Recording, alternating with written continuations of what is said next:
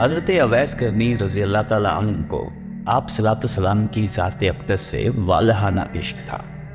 یہی وجہ ہے کہ آپ صلی اللہ علیہ وآلہ وسلم فرمایا کرتے تھے کہ یمن کی طرف سے مجھے محبت کی خوشبو آتی ہے، کیونکہ وہاں میرا دوست اویس کرنی رہتا ہے۔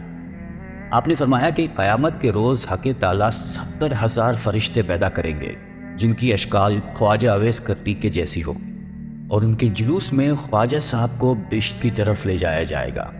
ساری کائنات یہ منظر دیکھے گی، مگر کوئی شخص پہچان نہیں پائے گا کہ اصل خواجہ کرنی کون ہے۔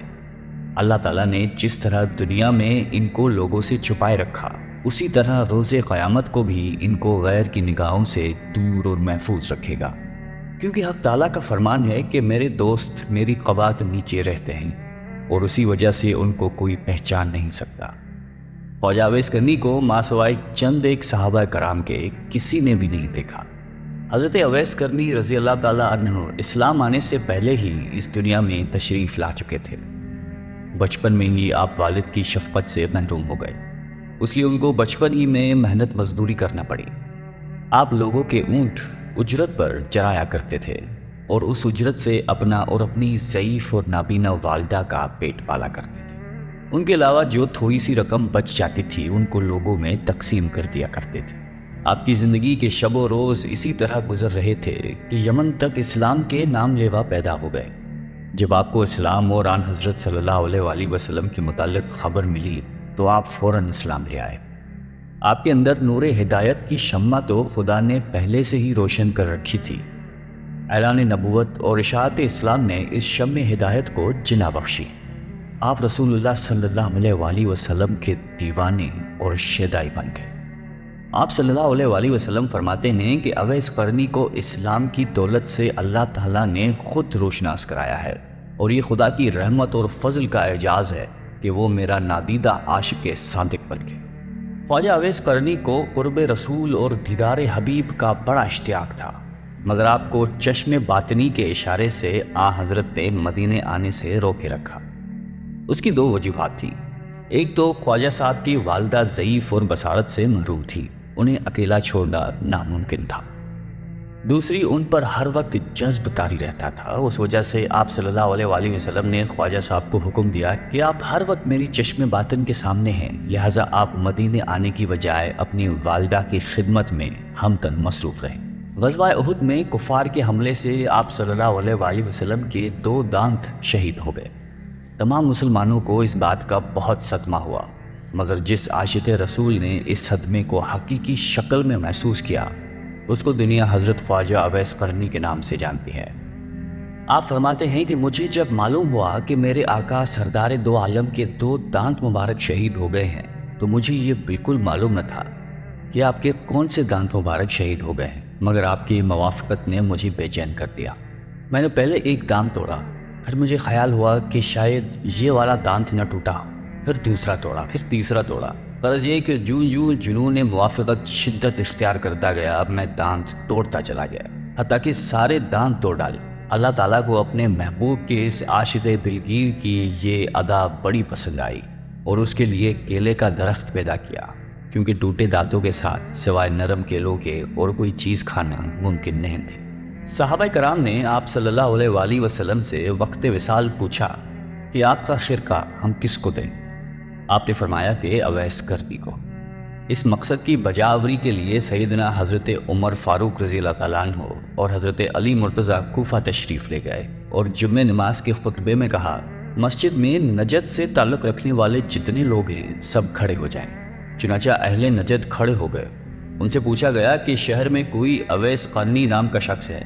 سب نے جواب دیا کہ ہم اویس قرنی سے بالکل شناسا نہیں ہیں، ہاں البتہ ایک دیوانہ ہے جو لوگوں سے بیزار ہو چکا ہے اور ہر وقت ویرانوں میں رہتا ہے اور آبادی کی طرف بالکل نہیں آتا۔ حضرت عمر اور حضرت علی نے کہا کہ وہ کہاں ہے، ہمیں اس سے ملواؤ۔ عرض کی گئی کہ وہ وادی ارنا میں اونٹ چراتا ہے اور رات کو روکھی سوکھی کھا کر سوتا رہتا ہے، کسی سے بات نہیں کرتا۔ وہ کھانا جو ہم لوگ کھاتے ہیں اس کو پسند نہیں کرتا، لوگوں کو خوش دیکھتا ہے تو روتا ہے، اور جب لوگوں کو روتے ہوئے دیکھتا ہے تو خوش ہوتا ہے۔ جب حضرت عمر اور حضرت علی وادی ارنا میں پہنچے تو انہوں نے دیکھا کہ خواجہ اویس قرنی نماز ادا کر رہے ہیں۔ اور ان کے اونٹوں کو فرشتے چرا رہے ہیں۔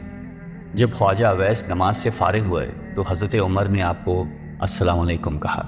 جواب ملا وعلیکم السلام۔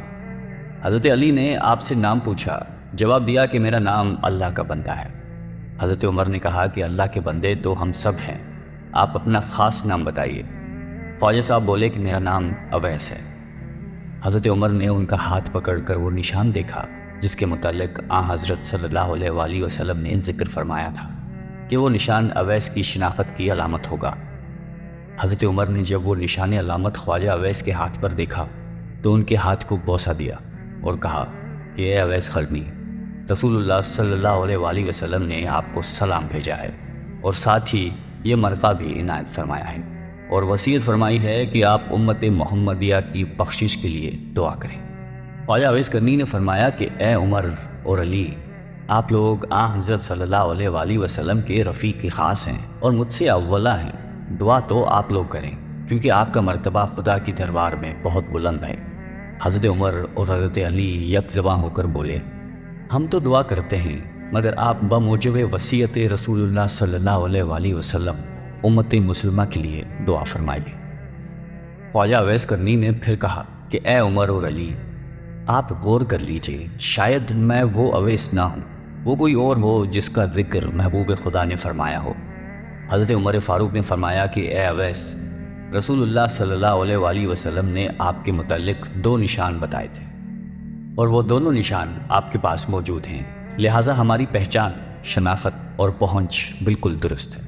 خواجہ اویس نے حضرت عمر اور حضرت علی سے کہا کہ لائیے وہ خرقہ مجھے عطا کیجیے تاکہ میں حسب حکم آقا دعا کروں۔ جب ان کو خرقہ دیا گیا تو حضرت عمر اور حضرت علی سے کچھ فاصلے پر چلے گئے اور زمین پر سجدہ ریز ہو کر بارگاہ الہی میں عرض کی کہ اے خداوند عالم، میں اس وقت تک یہ خرقہ نہ پہنوں گا جب تک تو سرکار دو عالم کی ساری امت کو میری سفارش پر بخشش نہ دے دے گا، کیونکہ پیغمبر اسلام نے یہ مرقع مجھے عطا کیا ہے اور فاروق اور مرتضیٰ نے مجھ تک پہنچانے کے فرائض انجام دیے ہیں۔ اب تیرا کام ہے، تو میری دعا سن لے اور قبول کر لے۔ اللہ تعالیٰ نے فرمایا کہ اویس، ہم نے تیری دعا کی برکت سے چند لوگوں کو تیری سفارش پر بخش دیا ہے۔ آپ نے پھر عرض کی، یا باری تعالیٰ، جب تک تو سب کو نہیں بخشے گا میں یہ خرقہ نہیں پہنوں گا۔ ندا آئی، میں نے کئی ہزار فرد بخش دیے۔ عرض کی، مولا، میں سب کو بخشوانا چاہتا ہوں۔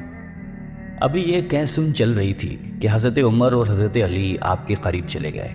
آپ دونوں کو خواجہ اویس قرنی نے کہا کہ آپ لوگ یہاں کیوں آ گئے ہیں؟ میرا اور خدا کا سلسلہ جاری تھا، آپ لوگوں کی آمد نہ ہوتی تو میں نے اس وقت تک یہ خرقہ نہیں پہننا تھا جب تک اپنے آقا کی ساری امت کو نہ بخشوا لیتا، اور مجھے پورا یقین تھا کہ حق تعالیٰ نے میری سفارش پر حضور صلی اللہ علیہ وآلہ وسلم کی امت کے ہر فرد کو بخش دینا تھا۔ مشہور صحابی حضرت ربی رضی اللہ تعالیٰ عنہ کہتے ہیں کہ جب میں خواجہ اویس قرنی کی زیارت کو گیا تو میں نے انہیں فجر کی نماز میں مشغول پایا۔ نماز سے فارغ ہوئے تو اپنے درود و وظائف میں مصروف ہو گئے، یہاں تک کہ ظہر کا وقت آ گیا۔ پھر یہ کہ بعد دیگر تمام نمازوں اور ذکر الہی میں ایسے مگن ہوئے کہ ساری رات گزر گئی۔ میں ان کا بغور مشاہدہ کرتا رہا۔ اس طرح 3 دن گزر گئے۔ میں نے دیکھا اور حیران رہ گیا کہ ان 3 دن اور راتوں میں حضرت نے نہ کچھ کھایا نہ پیا، بلکہ عبادت میں مشغول رہے اور لمحہ بھر کے لیے بھی آرام نہیں کیا۔ چوتھی رات آپ تھوڑی دیر کے لیے سوئے اور کچھ کھانا بھی کھایا، پھر استغفار کرنے لگے کہ یا الہی، میں تجھ سے پناہ مانگتا ہوں، میں نیند اور بھوک کے غلبے میں مبتلا ہو گیا۔ حضرت ربی کہتے ہیں کہ خواجہ اویس قرنی نے راتوں کی تقسیم کی ہوئی تھی۔ ایک رات میں سجدہ کرتے تو پوری رات سجدے میں ہی گزار دیتے، اور اگر رکوع کرتے تو شب بھر رکوع کی حالت میں رہتے، کسی رات کو قیام میں ہی بسر کرتے۔ غرض یہ کہ ہر رات کو دوسری رات کی طرح زندہ رکھتے تھے۔ خواجہ اویس قرنی رضی اللہ تعالیٰ عنہ کو حضرت عمر نے پیغام بھیجا کہ اگر آپ کی اجازت ہو تو کوفہ کے گورنر کو لکھوں کہ وہ آپ کا خاص خیال رکھے۔ خواجہ صاحب نے جواب دیا کہ میں خصوصیت کے ساتھ زندگی بسر کرنے کے سخت خلاف ہوں، میرا ہاتھ حاجت روا کے ہاتھ میں ہے، مجھے تو بس یاد الہی سے غرض ہے، وہ میں کر رہا ہوں اور کوئی چیز درکار نہیں۔ اس کے بعد آپ نے کوفہ بھی چھوڑ دیا اور کسی اور علاقے میں نکل گئے جہاں آپ کو کوئی تلاش نہ کر سکے۔ ایک دفعہ کا واقعہ ہے کہ حضرت اویس کرنی کو آپ صلی اللہ علیہ وآلہ وسلم کے دیدار کا شوق اس قدر پیدا ہوا کہ انہوں نے مدینے آنے کا ارادہ کیا۔ اب ادھر انہوں نے ارادہ کیا، ادھر آپ صلی اللہ علیہ وآلہ وسلم کو کسی غزوہ میں شرکت کرنے کے لیے مدینے سے باہر جانا پڑا۔ لیکن آپ صلی اللہ علیہ وسلم نے حضرت عائشہ سے فرمایا کہ میرے جانے کے بعد شاید کوئی مہمان آئے، اگر وہ یہاں آئے تو اس کی خوب خاطر مدارت کی جائے اور ہر طرح سے خیال رکھا جائے، کیونکہ وہ بڑا ہی پارسا انسان ہے، اور میرے آنے تک اس کو روکنے کی کوشش کی جائے۔ اگر وہ نہ رکنا چاہیں تو مجبور نہ کیا جائے، مگر اس کی شکل و صورت یاد رکھی جائے۔ یہ ہدایت دے کر رسالت مآب خود تو غزوہ میں شرکت کے لیے روانہ ہو گئے۔ بعد میں خواجہ اویس کرنی مدینہ تشریف لائے۔ ان کو جب پتہ چلا کہ حضور سرور کائنات اس وقت مدینے میں نہیں، تو انہوں نے اسی وقت واپسی کا فیصلہ کیا۔ ان کو روکنے کی بڑی کوشش کی گئی، مگر وہ نہ رکے اور نہ ہی کسی قسم کی خاطر کروائی، بس واپس لوٹ گئے۔ جب آپ صلی اللہ علیہ وآلہ وسلم مدینہ واپس تشریف لائے تو آتے ہی انہوں نے حضرت عائشہ صدیقہ رضی اللہ تعالیٰ عنہا سے سوال کیا کہ کیا کوئی مہمان آیا تھا؟ ام المومنین نے عرض کی کہ اے اللہ کے رسول، ایک شخص جو کہ یمن سے آیا تھا، اس کی شکل و صورت چرواہوں کے جیسی تھی، آپ کو نہ پا کر وہ ایک لمحہ بھی یہاں نہیں ٹھہرا اور چلا گیا۔ آپ صلی اللہ علیہ وسلم بولے کہ عائشہ پتہ ہے وہ کون تھا؟ عرض کی کہ حضور میں بالکل نہیں جانتی۔ فرمایا کہ وہ اویس قرنی تھا، جو میرے دیدار کے لیے یہاں آیا تھا اور دیدار کی حسرت دل ہی میں لے کر واپس چلا گیا، اور وہ ٹھہر بھی نہیں سکتا تھا کیونکہ اس کی ایک والدہ ہے جو بوڑھی ہے اور آنکھوں سے معذور ہے، اور اس کی دیکھ بھال کرنے والا کوئی نہیں ہے، اس لیے اس کو ہر حال میں واپس جانا تھا۔ اور یہ وہ شخص ہے جو کہ خدا اور اس کے رسول کا سچا چاہنے والا ہے۔